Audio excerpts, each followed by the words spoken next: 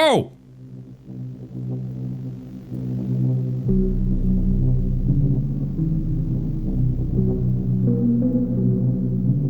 Well. All right then. That was great for chapter 1. I think that was really fantastic. I think that's the start of something pretty incredible. I think they've got really something going on here. I think that's real nice. Scary. A little overly punishing on the death thing and expectations of reactions being what they are and all that, but I love an ungodly huge facility. Like, I love that whole concept. Like, right from Portal and Portal 2, I love an idea of a catacomb-like endless industrial nightmare. It's fantastic. I think that was really good. Oh. And there you have it. That was Poppy Playtime Chapter 2. Now, I'm certain that there's going to be an after credits thing, but before we get to that, what I would like to say about this is, because I know that a lot of people are upset about this company for a lot of reasons, and I get it. I think NFTs are stupid. And all the things about, like, whatever else happened with it are probably legitimate criticisms. But what I always try to remember is that a company is not one hive mind. There was clearly a lot of work and love that was put into this game. That's what I really want to emphasize. Look at these credits. These are all the people that worked on this game, the people that put time in. And I'm all about, like, if any of it was like not paying these people properly, that is awful. You should pay people what they're worth. But the problem with it, and I get the kind of like protesting it of things, but what it comes down to is these people that actually put in the time, they put it into something that I'm sure that they are very proud of. So I want to celebrate them for making the thing in the first place, the actual artists behind making it, as opposed to high-level executive decisions that may or not be stupid. I was wrong. There's nothing after the credits. I'm an idiot. So anyway, that's why I played it. I think it's still, like, there's a lot of really creative ideas. I think the developers have an opportunity to redeem themselves, because they do have something creative. There's a lot of inspiration from Five Nights at Freddy's. There's a lot of inspiration from SCP. I see that. I can see it with the prototype test 1077 or whatever it was. I can see that. There clearly is some underlying threads that you can see from other popular properties, and that's not a bad thing. It's putting a creative spin on it. All of creativity is just kind of like rehashing what has come before, but putting it in a new package, and there's clearly style here. Now, the chase sequence. God damn it, this is my biggest problem with chase sequences in general. You can have a chase sequence, and it can be fun and cinematic, but the problem with a chase sequence is it is inherently self-defeating. Always. I have seen so few well-executed chase sequences because the problem is you have so many cool things happening and the player can never look at them. You spend all this time, I saw out of the corner of my eye, like, the Lady Spaghetti crawling on a wall there, but if you take a second to look at it, you die. You ruin the experience because you reset. You don't have time to think on your feet, which is like the whole point. It's a reactionary thing, but the problem with chase sequences is if it's smart, it combines things that, you know, have been taught throughout the experience, but it's just like, man, just like the first Poppy Playtime, I probably cut out way more times than I actually died in that one.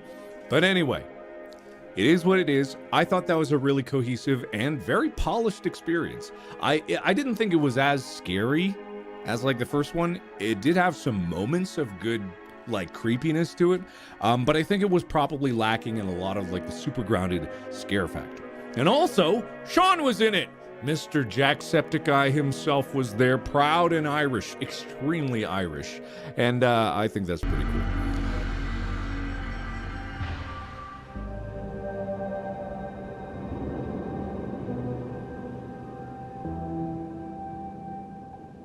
Here's what I think.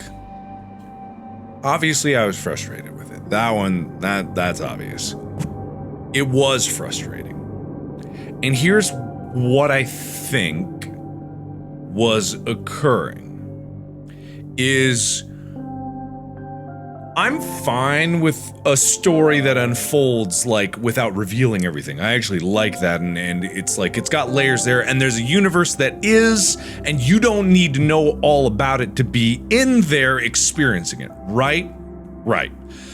But when you're telling that perspective from the person, the creators of this game, knowing all the answers, you don't necessarily know what someone who doesn't know all of the answers needs to know to still feel connected to it, right? So when you come from a perspective where you know absolutely everything that there is to know about the story and all the intricacies and how things connect together, you don't have the same perspective as someone who does not know all of that stuff. And that's not to say how the gameplay elements sometimes feel disconnected from what you're doing and why the story's unfolding that. Like the mechanics of the gameplay and the puzzles and things like that, how they can feel frustrating in terms of repeatability and also like a complete disconnect from what's supposedly occurring. This kind of like hiding in the shadows things, I get that. But at the same time, it basically, on the text on the screen, it gives you a tutorial of how to play that mode when no prior point of the game had done something like that. So the final encounter had that text because I'm willing to bet they were like, oh, people aren't gonna know what the fuck they're doing, and they gotta figure it out.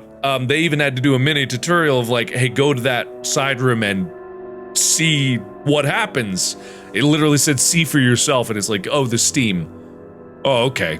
But if you hadn't seen all those messages like I hadn't, you wouldn't even know about the flare gun revealing the truth. And so what you get is there is an interesting story here, and I actually can connect with like, oh man, that's fucking, oh man, everyone dying, like the toys rebelling for some reason. Okay, I can get to that. Even the most out there extraordinary universe with the craziest things occurring, you can get into, and I wanted to get into them. I think like that part of it is very interesting.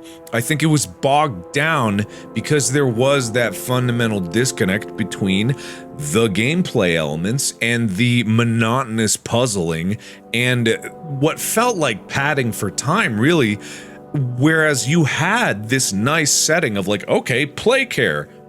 This is weird, but I like it. It's interesting, and yet it still felt very disconnected. Even though it had the opportunity to really like unify everything with the story, and there was like that through thread going there, but the gameplay elements just felt so clunky, and that they were there for the sake of being there as opposed to anything else. And I can totally see like, okay, these are skill building moments of these puzzles, of using the different hands to get to this final confrontation, but the final confrontation didn't hold any meaning for me. It really didn't. I couldn't tell what Catnap really wanted, like leave play care or I'll kill you. Tons of opportunities to kill you and didn't. And then here in this last moment, it's like, okay, I'm having a final confrontation with Catnap. Why? Why was it? Why did it get there? So anyway, that's what I would say to that. I think it's, if forward teacher said anything, it's to look forward and not back. This could have used some looking back. This absolutely could have used some looking back. That's all I'm gonna say about it. Like I said, you can get into any story being told. I'm not trying to say that the story is wrong. I'm totally down with it. Horrible play toy manufacturer. Fuck yeah, let's do this. Scary big cat. Okay. Righty ho. The daytime critters. Sure. Why are they being killed versus everything that killed everybody? I don't know. Why is the dog dude being half-eaten there and then the little things crawl inside him and take him over or something? I don't know. I don't know. I'll never know. I will literally never know. But that's what I'll say about that. It's a frustrating game. It is a frustrating game with some fun moments and interesting things happening, but just so bogged down by frustration. So that's all I'll say.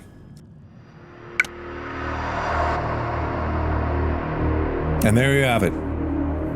Poppy Playtime 4. So, there was a lot of things in this to like. What I think there might have been an issue with was there was so much exposition. So much of that was me going, I don't know exactly how much, but it wasn't even like incorporated into it where it was happening while you're playing and moving. Every single time there was exposition, you had to stop, look at it, and just wait until it was done, because it was source audio, so the audio was coming from the screen, so you had to stay there if you wanted to hear it. And yes, I want to hear the story, but also at the same time, it's like not even trying to get into the gameplay. And the thing about having each tapes tied specifically to a VCR, just very strange, you know what I mean? But that's a gripe that I think I can get over. It's fine, it's just the way it is. I would say something that kind of gets away from the flow of getting into the story, but at the same time, it's still not too terrible in the grand scheme of things. There were a few bugs, of course, but you know, not that bad. The animation was great. Obviously it looked great, voice acting good. You know, I had no real qualms about any of that. I could nitpick things about the characters interacting with each other and like the way they are. I like Dowie, I like all of them, but you know, all in all, I think what is here is good, and yet it's just not quite what I think would make it a cohesive experience, right? And I think that's what I'm kind of, all the little nitpicks that I could say all come down to that, is there is a cool universe here, there is an interesting like through thread with the experimentation, and there's something that you want to know more about there at the heart of it, and there's some interesting characters that they've gotten some really good voice actors behind, but it's just not all landing. It's all kind of landing. It's stumbling a bit. So each time you feel like you're getting into it, you have something there pulling you out of it. Like I'm like, fuck yeah, this doctor, all right, cool. He's there from the beginning, kind of this omnipresent voice. Seems to be pulling the strings, much like, you know, many of the things here before. And then it's like, each set piece of getting to him, you kind of forget what was there before, because so many things are interjecting in between, which are also not quite landing. One of the biggest examples of that is like, hey, go talk to everyone here. I went up to everyone. No one talked to me. No one talked to me at all. There was no one there besides, you know, the critters. And maybe that was something that I was missing, but it was just like, I went around. And so when you get to the doctor and he's talking to you about these moral decisions, but then I realize I haven't made any decisions in this at all. There hasn't been an opportunity to make a decision or even contemplate the actions. There hasn't even been an opportunity for the other characters to really have those moments of crisis. I mean, they do happen, with Dowie's a little example of it, but even those characters, it feels like the things are happening to them at the same pace that it's happening to you, the player. And so it's all not quite landing, you know what I mean? It's just not quite where it needs to be the cohesive story that you want it to be. Right? Or not even the cohesive story, because the story is what the story is, and people tell stories and you have to kind of like make leaps of logic to get there anyway. I'm not even talking about that. I'm talking about the feeling of being in the universe and the feeling of being in this world here with these characters. And whether you emphasize with the characters or not is like, that's up to writing and stuff like that. But it's almost like the game and the writing are like two sinusoidal waves that sometimes they are in sync with each other and they build the experience, but most of the time I feel like they're working at odds with each other. Neither of them bad by any stretch of the imagination, except for a few segments, but not always working with each other. You know, it's not working against each other intentionally, but it's not making that cohesive in one stream kind of feeling, which, you know, it can deviate every once in a while. Nothing's perfect, but I feel like there's a lot of really good things here, just that they're not connecting and they're not executing that feeling, and so you lose the feeling of it. You lose the feeling and then you have to build it back up, and it really does try to build it back up. There's great music, there's great cinematography, there's great animation. Animation probably the strongest point of all of this. But then you have to catch up again. You have to catch back up again. You have to catch back up again. You're like, oh, I'm getting into it. I'm getting into it. I'm going to get into it. You know? And it wouldn't be so significant if it wasn't trying to take itself so seriously, which it is. It's trying to take itself very seriously. And I appreciate that. I'm not saying that's a bad thing, but that is putting it in a constraint where the elements have to also take each other seriously, you know, and work with each other. And so you have to look at it from that scope, as opposed to something like Garden of Banban, which is ridiculous from the get-go. It is absolutely absurd. There's a story there in the universe, and there's something to take seriously there, but most of the time, even in the game itself, it makes fun of itself. And that's fine. Well, it is what it is. But this is taking itself very seriously. It is doing its best, and it does this very well, to not step outside of its own universe and rules, which is like good because you got your own sandbox, but at the same time, not as cohesive as it could be. However, I do think it's better than Chapter 3. I think it's way better than Chapter 3. So, as much as it sounds like I'm just shitting on it, I'm saying this because I really wanted to get into it. I wanted to step into these shoes more. I wanted to feel more connected with the world. And it was right there most of the time. Well, it was either right there or right there. And it was like, I'm so nearly there. And there were a few times when I'm like, I'm there, I'm with it, I'm on board. There I go again. Man. Oh, so close. You know what I mean? It's like, it was so close that I wanted to be more. I couldn't exactly tell you right now exactly what it would need to get there, but I think all of you know exactly what I'm talking about, or maybe vaguely what I'm talking about.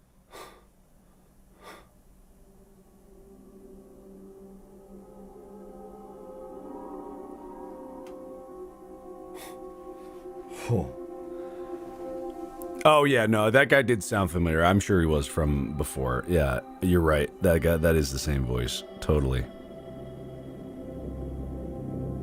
If only we hadn't killed him. Okay. Animation's good. I'm starting with the positives.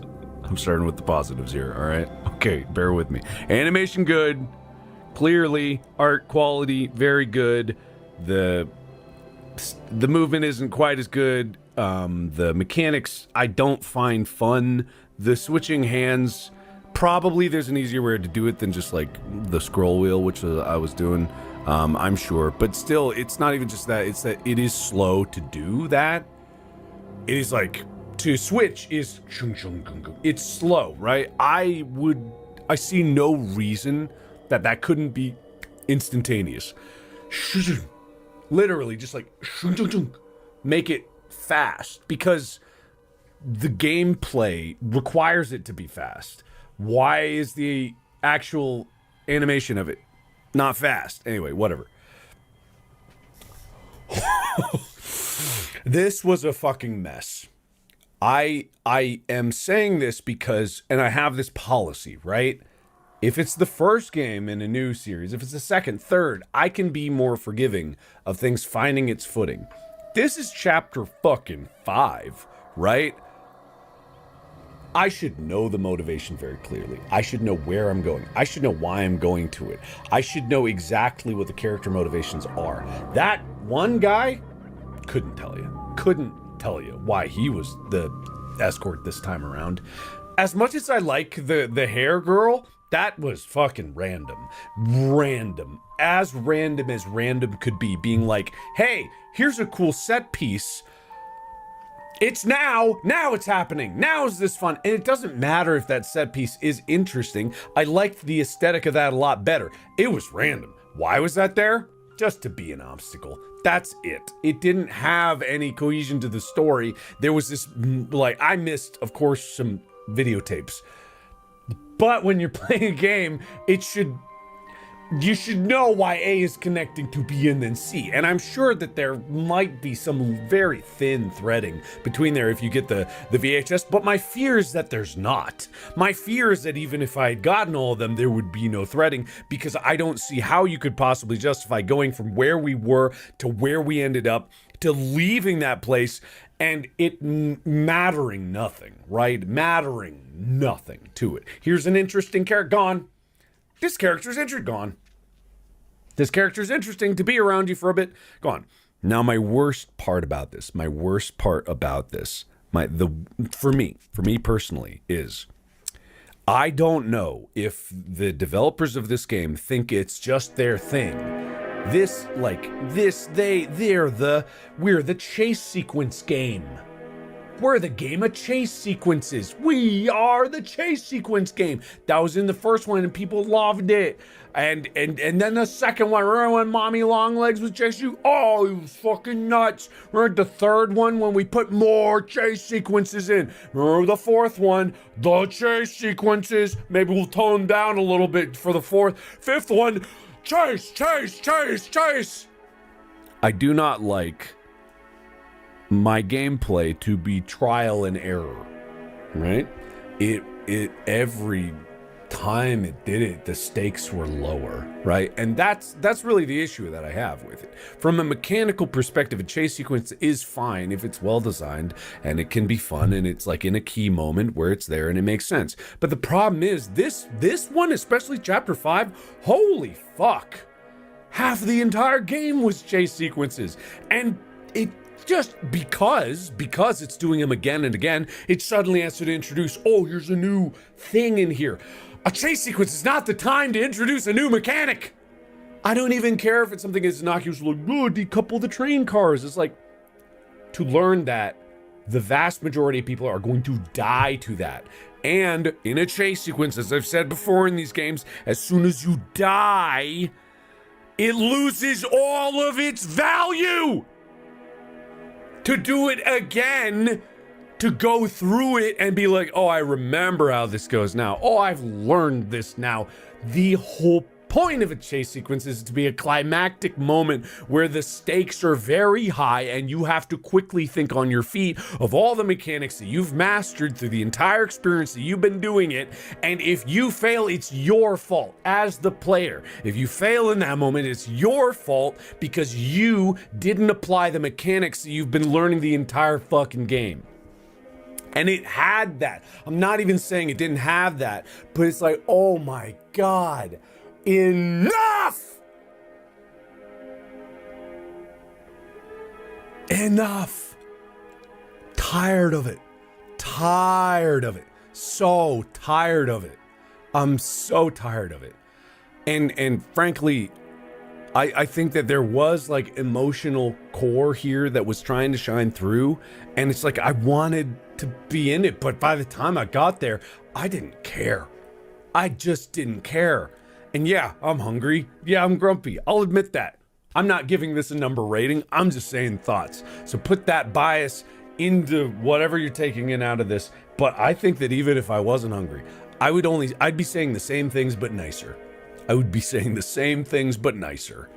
Cause I don't think that I am going to play the 6. I truly just don't want to. So I'm not going to. I think this is it for me. Poppy Playtime, thank you for your time. Thank you for my time. And thank you for all of this because, man, I just do not have it in me to continue slogging through this. And if I'm coming out of a game saying, wow, I slogged through that, might be time to reevaluate a couple things. All right? So this is the end of Poppy Playtime for me. I don't know how many more fucking chapters they're gonna go through, but hey, more power to you. I hope it's better next time. I won't know because I'm not gonna play it.